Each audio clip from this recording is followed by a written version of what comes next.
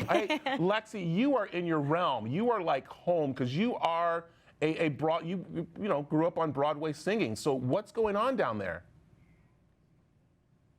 I am, Brad. So this is so exciting because I consider this place like a second home. My husband has musically directed here. It's an amazing, beautiful theater right here in Glendale. And we have the artistic director, Curtis Overby, here with us, who's going to tell us a little bit more about the Arizona Broadway Theatre. So, Curtis, thank you so much for chatting with us, first of all. But you guys have an amazing theater here. Tell us a little bit about the history. Yeah, so we opened up in 2005, and we actually weren't in this building. We were actually in the tent, is what we like to call it, right across the Peoria Sports Complex with Anything Goes.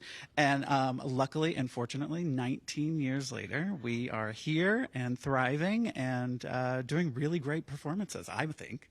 Oh, absolutely. Well, this is, like you said, your 19th season. That's so exciting. And you're starting off with a classic, Joseph and the Amazing Technicolor Dreamcoat. Tell me about that. Yes. So we had it on the schedule before that, you know, that naughty thing, that COVID thing. We had it on our schedule, and we just, after talking to the executive producer and the artistic producer, we were like, we have to bring it back. We have to make sure that we give the folks this wonderful classic show. And so that's what we did. And we have wonderful cast some from New York, some from local talent.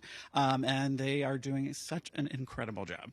And I love that you fly some people in. You fly in the amazing talent that they have in New York City, but you utilize the amazing local talent here in Arizona as well. Absolutely. We, I'd say most of the time it's like a 70-30 split, you know. We like to bring people in, like you said, but we also like to utilize the talent pool that we have here. There's some incredible talent here in Phoenix, and we love to use those people. Yeah. Oh, absolutely. Yeah. Get the locals in here. Everybody, you know, we got plenty of talent here in Phoenix.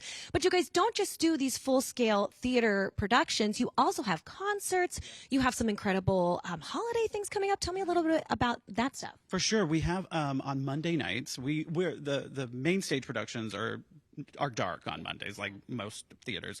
And then we have some concerts on Monday, which are outside gigs. And then we have our New Year's Eve extravaganza and, of course, our holidays starting up in November. So, yeah. So much good stuff going on. Well, guys, make sure you stick around because we are going to go and get a little preview, a little taste of Joseph and the Technicolor Dreamcoat coming up next. So, Brad, back to you guys. Stay tuned. And I hope you're performing with them, Lexi, are you?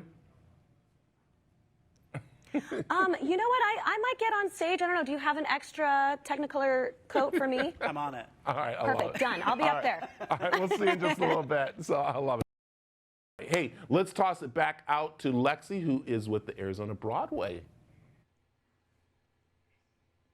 Hey, Brad. Yeah, I am so excited to be standing here with two of the stars of their upcoming production of Joseph and the Amazing Technicolor Dreamcoat.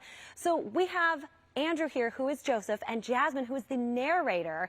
So, Andrew, tell me a little bit about what it's like to play this iconic role, especially because you're in from New York City, right? Yes, that's correct. Yes. It's amazing.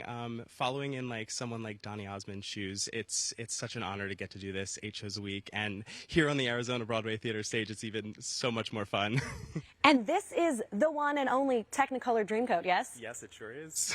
Well, it looks beautiful. I love that. And it definitely gets shown off in the show, along with all these other amazing costumes that you see up here on the stage. And Jasmine, you are local, correct? I am, yes. That's so exciting. So tell me, for you, the narrator is such an iconic role. Kind of what is the narrator's role in the show?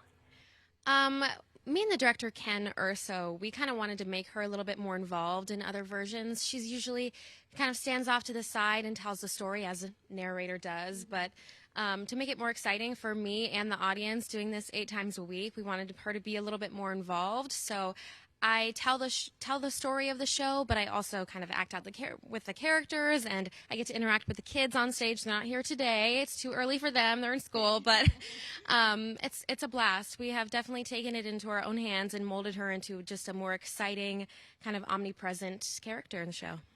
I love that. Okay, so Andrew, there are so many different costumes up here. I mean, I see a police officer. I mean, we have wigs. We have a chef back here. Kind of give me a little overview really quickly for those who haven't seen the show. So it is about 12 brothers. Joseph is the favorite son of Jacob, and basically he is sold because he's the favorite, and the brothers are jealous. And I think you have to come see the show to find out what happens in the end. I don't want to give too much away. I like that. I like that. We're not going to give too much away here, but the show runs until November 4th. You can get your tickets at azbroadway.org because you do not want to miss the show. There's so much great stuff coming around. You can obviously sit, you can have dinner, you can have a cocktail. There's a beautiful bar out there, and just enjoy this gorgeous, iconic show. So, all right, guys, I know we're going in a little early, but I want to make sure we get the full experience. So why don't you go ahead and get in your places, and let's get this performance on the road. Let's do it, guys. Here we go.